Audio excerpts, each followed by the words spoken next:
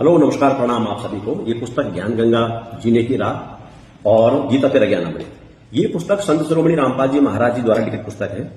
ये पुस्तक हमें शास्त्र अनुकूल भक्ति विधि बताता है और पाखंडवाद से दूर रखता है। शास्त्र अनुकूल भक्ति विधि यही पुस्तकें हमें देती है।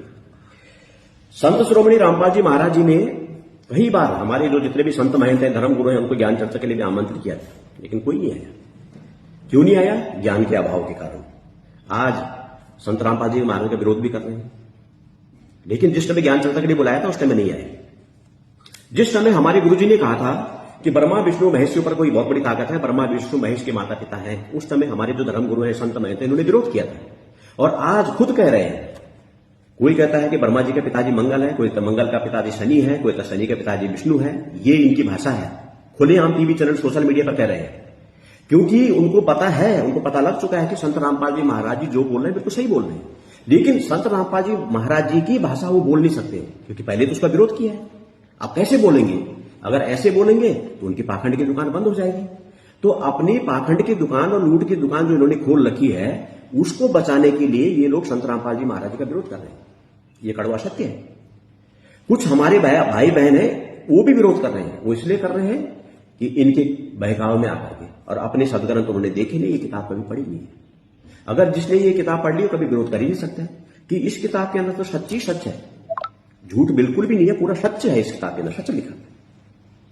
हमारे धर्मगुरु लहसुन प्याज पर उनका एक तर्क नहीं है।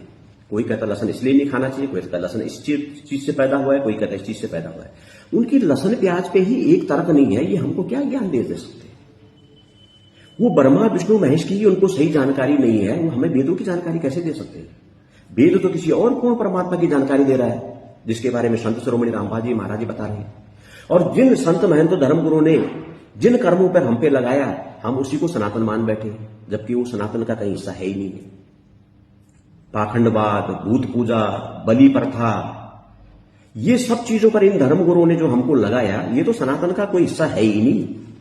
ये तो सनातन हो ही नहीं सकता है।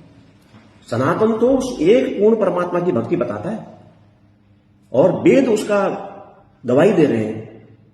वेदों में उस परमात्मा का कलम तोड़ महिमा का गुणगान कर रखा है, लेकिन ये वेदों को भी गलत बताते हैं, क्योंकि इन्होंने वेद कभी पढ़े नहीं। अगर वेद पढ़े होते तो इस किताब का विरोध कभी नहीं करते। आज संत रामपाल जी महाराज जी के शिष्यों की तादाद पहले लाखों में, आज करोड़ों में हो गई। ऐसा कैसे? ये ज्ञान से, ये तत्व ज्ञान से, ये तत्व ज्ञान संत शिरोमणि रामपाल जी महाराज जी को श्रद्धालुओं को खींच ले आ रहा है। इसलिए आप सबसे विनम्र निवेदन है कि पढ़िए पुस्तक ज्ञान गंगा और जीने की राह। दूध का दूध और पानी का पानी हो जाएगा।